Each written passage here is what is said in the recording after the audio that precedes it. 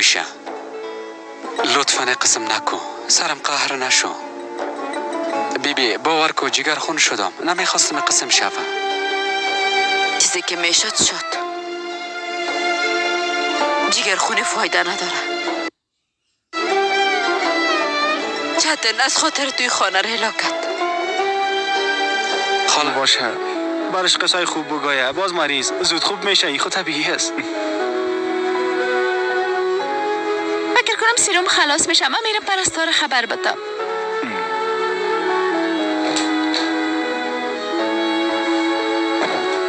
اوه بسیار با محبت طرفش میبینی بیاد.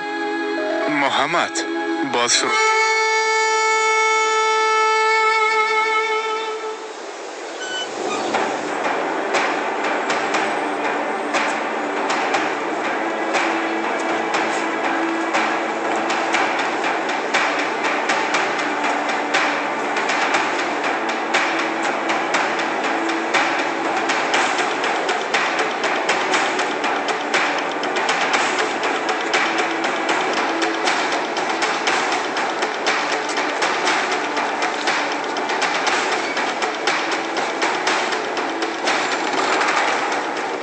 گوش کده باشی که مؤاخذه نکنی.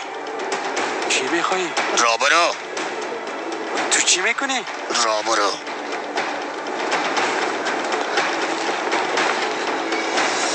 گفتم مرا ایلاکو. گفتمت که را برو.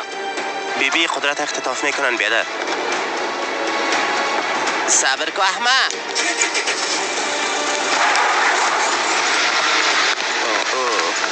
او رفت.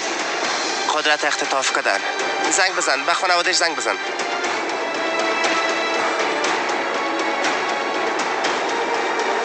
تو چی میگی بچیم؟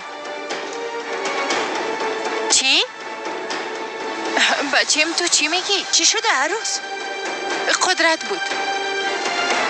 مطمئن هستی؟ درست دیدی؟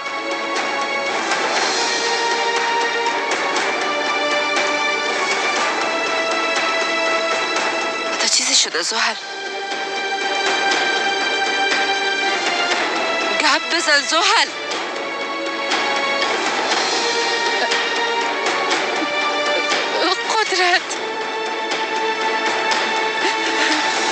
قدرت ما اختطاف کردن.